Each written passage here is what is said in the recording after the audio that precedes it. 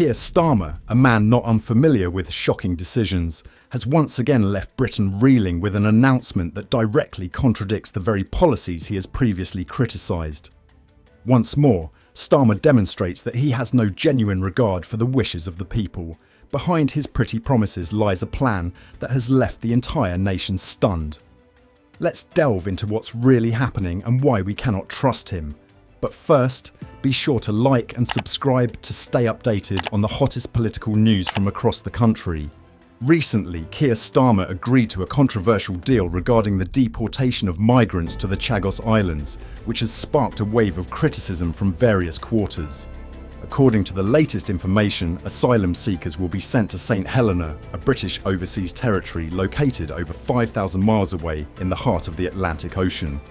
This decision has faced strong public backlash and has raised scepticism even among MPs in Parliament, with many arguing that it is not only an immoral act, but also poses serious risks to national interests. What makes this agreement particularly contentious is its contradiction to Starmer's previous statements. He had criticised the migration deal with Rwanda, calling it a mistake and an inhumane action. Yet now he accepts a similar agreement, leading the public to question the consistency of his stance.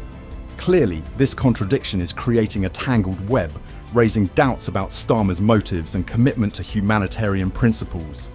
Residents of St Helena are currently feeling abandoned and unheard regarding the controversial immigration agreement. The UK government failed to consult them before making this decision, leading the local community to feel excluded from the decision-making process that could significantly impact their daily lives.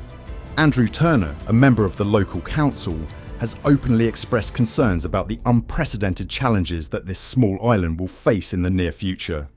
He warned that the already overwhelmed healthcare system of St Helena would be unable to cope with the increased demand from a large influx of migrants. This not only places pressure on healthcare services, but also affects many other sectors, such as education, infrastructure, and public services. This tiny community, with a population of around 4,500, has been struggling to maintain basic services while facing numerous difficulties. They worry that any increase in population could have a significant impact on their daily lives, both culturally and economically. The influx of a large number of migrants may lead to changes in the social structure, causing conflicts over resources and job opportunities. According to the terms of the latest agreement, any migrants arriving before the Chagos Islands are transferred to Mauritius will be deported to St Helena, another overseas territory located on the opposite side of Africa. This island is renowned as one of the most remote places on Earth, famously known for being the site of Napoleon's second exile after the Battle of Waterloo in 1815. In return, the St Helena government will receive £6.65 million in funding from the Treasury, which is expected to be used to address the backlog in healthcare services. Migrants deported to St Helena will undergo security checks before entry, and the immigration process may continue for 18 months or until the Mauritius agreement is finalised. This arrangement could stir controversy in Westminster, particularly after Turkey cancelled a similar agreement with Rwanda on her first day in office. Under that agreement, the UK had committed to paying Rwanda £370 million over 5 years to resettle migrants, but the Labour Party criticised it as unethical and pledged to overturn the agreement. Turkey is now under pressure to explain how the new agreement regarding sending migrants to St Helena differs from the Conservative plan. The Prime Minister is also being accused of abandoning 14 British overseas territories, including the Falkland Islands and Gibraltar. The decision regarding migrants has left the people of St Helena stunned, particularly since they were not consulted prior to the announcement made by Minister Julie Thomas last Wednesday. The local community's reaction has highlighted serious shortcomings in the government's decision-making process. They feel as though they are being used as pawns in political strategies, without any genuine concern for the well-being of the residents. In light of this situation, many locals have begun organising public discussions to seek a voice and advocate for their rights.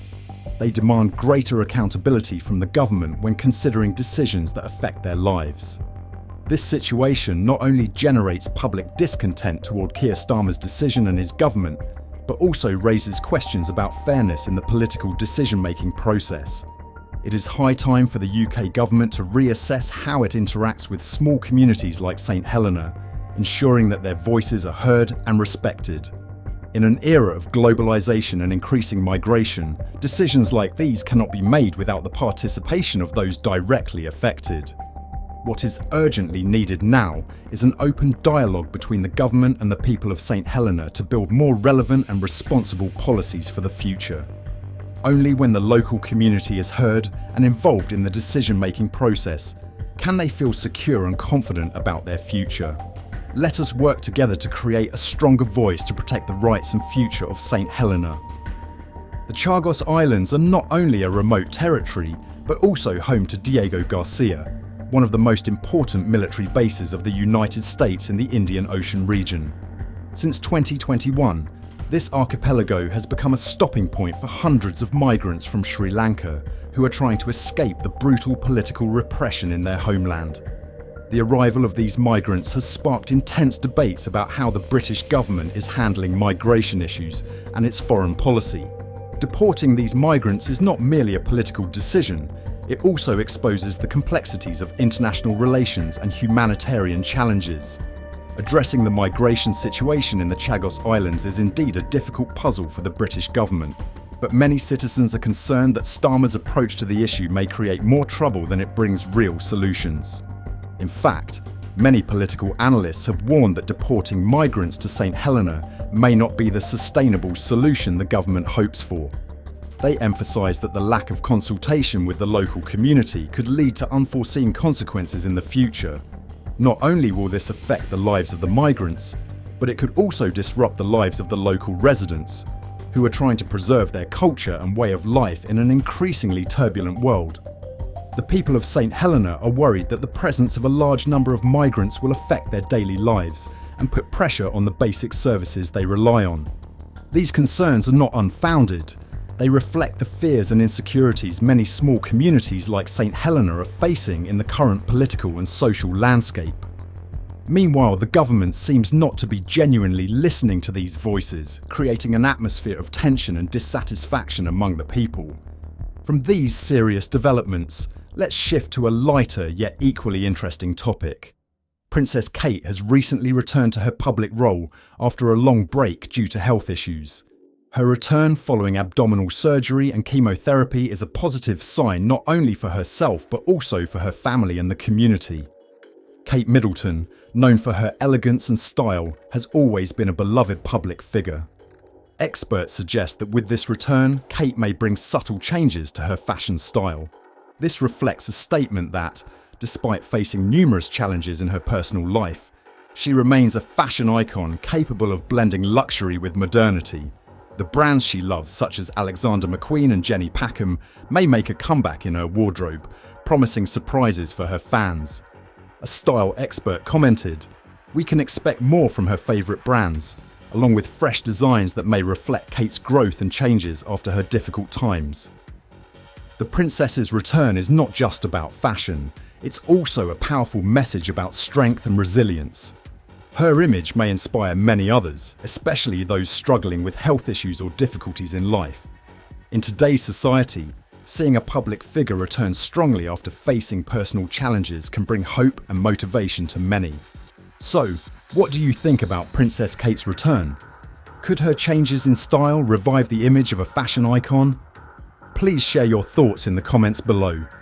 In today's video, we've delved into the controversial decisions made by Keir Starmer and the concerns of the public regarding the new immigration agreement.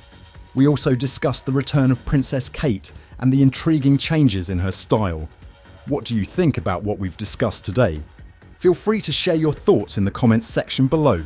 If you haven't done so already, don't forget to hit the like button and subscribe to the channel so you don't miss out on more exciting content from us. Thank you for watching, take care, and we look forward to seeing you in the next videos.